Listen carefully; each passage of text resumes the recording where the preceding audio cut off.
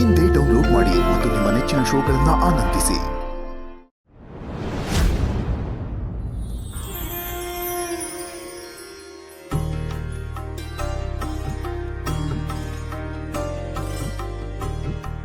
ಶ್ರೀಹರಿ ಶ್ರೀಹರಿ. ಗುರುಗಳಿರುವರ ಆಶೀರ್ವಾದ ನಮ್ಮ ಶಿರದ ಮೇಲಿರಬೇಕು. ದಯಮಾಡಿ ಇದನ್ನ ಒಪ್ಪಿಸ್ಕೊಳ್ಬೇಕು.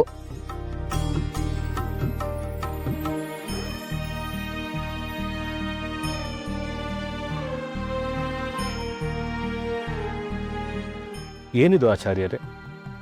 ಈ ಮುಂಚೆನೆ ತಮಗೆ ತಿಳಿಸಿದ ಹಾಗೆ ನನ್ನ ದೂರದ ಸಂಬಂಧಿಯಾದ ವೃದ್ಧೆಯೊಬ್ಬರನ್ನ ಮಠಕ್ಕೆ ಕರೆದುಕೊಂಡು ಬಂದು ಅವರ ಕೋಟ್ಯಾಂತರ ರೂಪಾಯಿ ಬೆಲೆ ಬಾಳೋ ಆಸ್ತಿಯನ್ನ ತಮ್ಮ ವಶಕ್ಕೆ ನೀಡಬೇಕು ಅಂತ ನಾನು ಮಾಡಿದ್ದೆ. ಆದರೆ ದುರಾದೃಷ್ಟವಶಾತ್ ಅವರನ್ನು ಕರ್ಕೊಂಡು ಬರೋದಕ್ಕೆ ಸಾಧ್ಯವಾಗಲಿಲ್ಲ. ಏಕೆ? ಆ ವೃದ್ಧೆ ಹೆಸರು ಸತ್ಯವತಿ ಅಂತ. ಆಕೆಗೆ ಇದ್ದಕ್ಕಿದ್ದ ಹಾಗೆ ಎದೆಬೇನೆ ಶುರುವಾಗಿದೆ ಅಂತ ಸುದ್ದಿ ಬಂತು. ನಾನು ತರಾತುರಿಯಲ್ಲಿ ಅಲ್ಲಿ ಓಡ್ ಹೋದೆ. ಅವರು ನಾನಿನ್ನು ಉಳಿಯೋದಿಲ್ಲ, ನನ್ನ ಆಸ್ತಿನೆಲ್ಲ ನಿಮ್ಮ ಹೆಸರಿಗೆ ಬರ್ತಿದ್ದೀನಿ ಅಂತ ಹೇಳಿದ್ರು. ನಾನು ಅವರನ್ನು ಉಳಿಸ್ಕೊಳ್ಳೋದಕ್ಕೆ ಬಹಳ ಪ್ರಯತ್ನ ಪಟ್ಟೆ, ಆದರೆ ಸಾಧ್ಯವಾಗಲಿಲ್ಲ. ಶ್ರೀಹರಿಪಾದ ಸೇರಿಬಿಟ್ರು. ಶ್ರೀಹರಿ. ಶ್ರೀಹರಿ, ಭಗವಂತ ಅವರಿಗೆ ಸದ್ಗತಿ ನೀಡಲಿ. ಖಂಡಿತ ಸದ್ಗತಿ ನೀಡಲಿ ಗುರುಗಳೇ. ಆದರೆ ನನಗೀಗ ಒಂದು ಸಂಕಟ ಬಂದೊದಗಿದೆ. ಅಷ್ಟೊಂದು ಆಸ್ತಿ ಲಭ್ಯವಾಗಿರುವಾಗ ಸಂತೋಷ ಬಿಟ್ಟು ಸಂಕಟ ಏಕೆ ಗಜೇಂದ್ರಾಚಾರ್ಯರೇ? ತನ್ನ ಸಮಸ್ತ ಆಸ್ತಿಯನ್ನ ಶ್ರೀಮಠಕ್ಕೆ ದಾನವಾಗಿ ಕೊಡಬೇಕು ಅನ್ನೋದು ಆಕೆಯ ಆಸೆಯಾಗಿತ್ತು. ಆದರೆ ಸಂದರ್ಭವಶಾತ್ ಆಕೆ ಆಸ್ತಿಯೆಲ್ಲ ನನ್ನ ಪಾಲಾಯಿತು. ಅದನ್ನು ನಾನೇ ಇಟ್ಕೊಳ್ಬಹುದಾಗಿತ್ತು. ಆದರೆ ಹೃದಯದಲ್ಲಿ ಶ್ರೀಹರಿ ಕೂತು ಆಕೆ ಇಚ್ಛೆಯಂತೆ ನಡ್ಕೋ ಅಂತ ಆದೇಶ ಕೊಡ್ತಾ ಇದ್ದಾನೆ. ತಮಗೂ ಗೊತ್ತಿರೋ ಹಾಗೆ ನಾನು ಹಣವನ್ನ ಆಸ್ತಿಯನ್ನ ತಕ್ಕ ಮಟ್ಟಿಗೆ ಪ್ರೀತಿಸಿದವನೇ. ಆದರೆ ಶ್ರೀಹರಿ ಆಜ್ಞೆಯನ್ನ ಮೀರೋದಕ್ಕೆ ಸಾಧ್ಯವಾಗ್ತಿಲ್ಲ. ಹೀಗಾಗಿ ತಮ್ಮ ಮಾರ್ಗದರ್ಶನವನ್ನ ಪಡೆಯೋದಕ್ಕೆ ಅಂತ ಬಂದೆ. ಆಕೆ ನಿಮ್ಮ ಹೆಸರಿಗೆ ಬರೆದಿದ್ದಾರೆ ಅಂದರೆ ಅದೀಗ ನಿಮ್ಮ ಸ್ವತ್ತು. ನಿಮ್ಮ ಸ್ವತ್ತನ್ನು ಏನು ಮಾಡಬೇಕು ಅನ್ನೋದನ್ನ ಹೇಳೋ ಅಧಿಕಾರ ನಮಗೇನಿದೆ ಆಚಾರ್ಯರೇ? ತೀರ್ಮಾನವನ್ನು ಮಾಡಬೇಕಾದವರು ನೀವು ಆಚಾರ್ಯರೇ. ಗುರುಗಳು ಮನ್ನಿಸ್ಬೇಕು. ಶ್ರೀಹರಿ ಇನ್ನೊಂದು ಅಪ್ಪಣೆಯನ್ನು ಮಾಡ್ತಿದ್ದಾನಂತೆ. ಗಜೇಂದ್ರಾಚಾರ್ಯ ಅದನ್ನ ತಮ್ಮ ಮುಂದೆ ಅರಿಕೆ ಮಾಡಿಕೊಡೋದಕ್ಕೆ ಸಂಕೋಚ ಪಡ್ತಾ ಇದ್ದಾನೆ ಪಾಪ. ಶ್ರೀಹರಿಯ ಇಚ್ಛೆ ನಮಗೆಲ್ಲರಿಗೂ ಮಾನ್ಯ. ಅದನ್ನು ತಿಳಿಸೋದಕ್ಕೆ ಸಂಕೋಚ ಏಕೆ? ಅವನ ಅಪ್ಪಣೆ ಅಂತ ನಡೆಯೋದು ನಮ್ಮ ಆದ್ಯ ಕರ್ತವ್ಯ. ಅದೇನು ಅಂತ ಹೇಳಿ. ಹೇಳಪ್ಪ ಗಜೇಂದ್ರಾಚಾರ್ಯ. ಗುರುಗಳು ತಪ್ಪಾಗಿ ಭಾವಿಸಬಾರ್ದು. ಶ್ರೀಹರಿ ನನ್ನ ಸ್ವಪ್ನದಲ್ಲಿ ಬಂದು ಆಸ್ತಿಯ ಜೊತೆಗೆ ಸೇವೆಗೆ ನಿನ್ನ ಮಗಾನೂ ಬೇಕು ಅಂತ ಕೇಳ್ತಿದ್ದಾನೆ.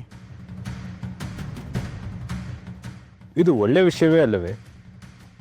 ಆಕಾಶ ನೋಡೋಕೆ ನೂಕು ನುಗ್ಗಲೆ ಆಚಾರ್ಯವೇ, ಹರಿಸೇವೆ ಮಾಡೋಕೆ ಯಾರ ಅಪ್ಪಣೆ ಬೇಕು? ತಮ್ಮಿಬ್ಬರ ಅಪ್ಪನೇನೂ ಬೇಕು ಗುರುಗಳೇ. ಅರ್ಥ ಆಗಲಿಲ್ಲ. ನನ್ನ ಕನಸಿನಲ್ಲಿ ಮೂಲರಾಮನ ರೂಪದಲ್ಲಿ ಶ್ರೀಹರಿ ಕಾಣಿಸ್ಕೊಂಡು ಇನ್ನು ಮುಂದೆ ನನ್ನ ಸೇವೆಯನ್ನ ನಿನ್ನ ಮಗ ಭೋಗೇಂದ್ರ ಮಾಡಲಿ ಅಂತ ಹೇಳಿದಾಗ ನಾನು ಗಾಬರಿಯಿಂದ ಪಕ್ಕಕ್ಕೆ ನೋಡಿದೆ. ಅಲ್ಲಿ ನನ್ನ ಮಗ ಭೋಗೇಂದ್ರ ಯಥಾವತ್ ತಮ್ಮ ಹಾಗೆ ಕಾಷಾಯ ವಸ್ತ್ರ ಧರಿಸಿ, ತುಳಸಿ ಮಾಲೆ ಹಾಕಿ, ಗೋಪಿ ಚಂದನ ಧರಿಸಿ ಮೂಲರಾಮನ ಅಭಿಷೇಕ ಮಾಡ್ತಾ ಇದ್ದ.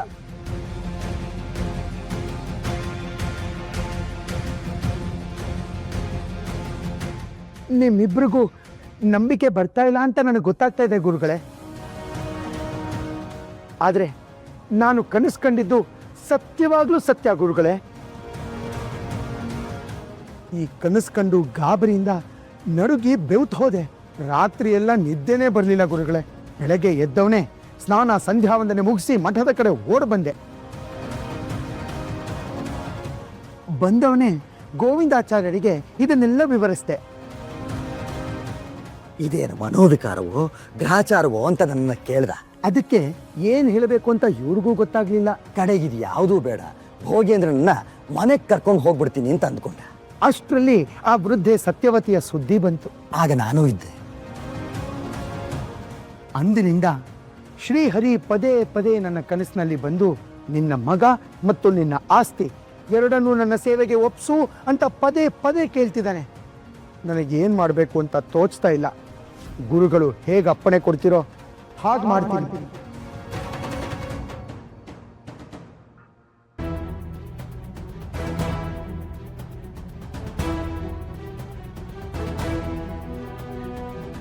ವೆಂಕಟನಾಥ,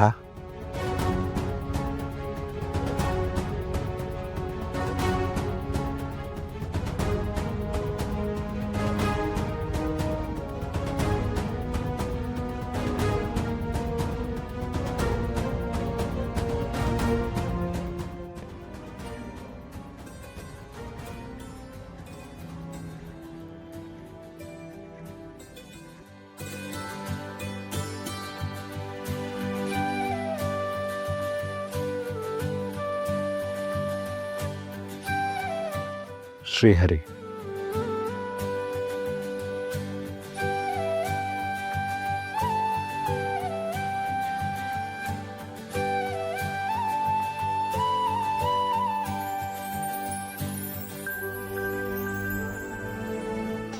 ಗಜೇಂದ್ರಾಚಾರ್ಯರು ಸತ್ಯವತಿ ಅವರು ಕಾಲವಾದರು ಅಂತ ಹೇಳ್ತಾ ಇದ್ದಾರೆ.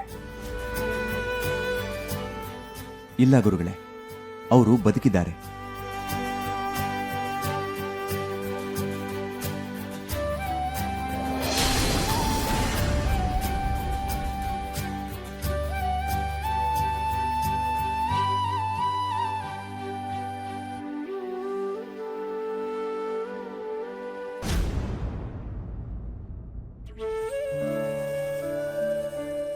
ವೆಂಕಟನಾಥ,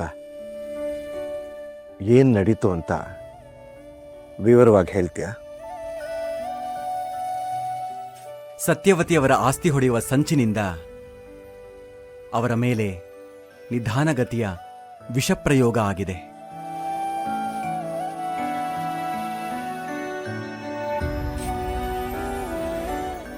ವಿಷಪ್ರಾಶನ ಮಾಡಿಸಿದ್ದು ಗಜೇಂದ್ರಾಚಾರ್ಯರೇ.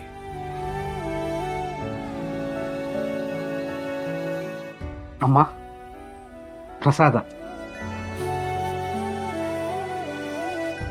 ಪ್ರಸಾದನ ಎಲ್ಲಿ ಅದು? ಶ್ರೀಮಠದಿಂದ ಗುರುಗಳು ಕೊಟ್ಟು ಕಳ್ಸಿದ್ರು.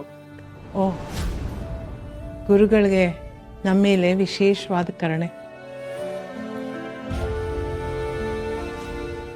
ನೀವು ಹೇಳ್ದ ಹಾಗೇನೆ ಪ್ರಸಾದನ ತಗೊಂಡು ಕೊಟ್ವಿ.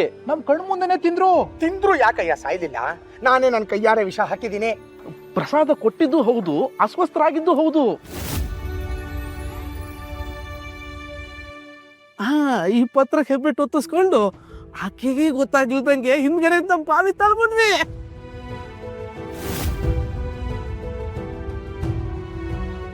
ಅವರ ಪ್ರಯತ್ನ ಕೊನೆಗೂ ಫಲಿಸದೇ ಇದ್ದಾಗ ಅವ್ರನ್ನ ನೇರವಾಗಿ ಕೊಲ್ಸೋ ಸಂಚು ಮಾಡಿದ್ರು.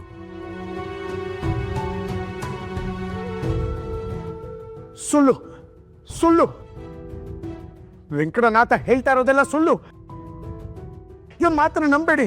ಸತ್ಯವತಿ ಖಂಡಿತ ಬದುಕಿಲ್ಲ, ಆಕೆ ಸತ್ತಿದ್ದಾಳೆ. ಸತ್ಯವತಿಯವರು ಬದುಕಿರೋದು ಹಗಲಿನಷ್ಟೇ ಸತ್ಯ ಗುರುಗಳೇ. ಅವರ ಜೀವಕ್ಕೆ ಇವರಿಂದ ಅಪಾಯ ಇರೋದ್ರಿಂದ ನಾನೇ ಅವರನ್ನ ರಹಸ್ಯ ಸ್ಥಳದಲ್ಲಿ ಇರಿಸಿದ್ದೀನಿ. ಸಾಕ್ಷಿಗೆ ಅಗತ್ಯವೆನಿಸಿದ್ರೆ ಸೂಕ್ತ ಭದ್ರತೆಯೊಂದಿಗೆ ಕರ್ಕೊಂಡು ಬರ್ತೀನಿ.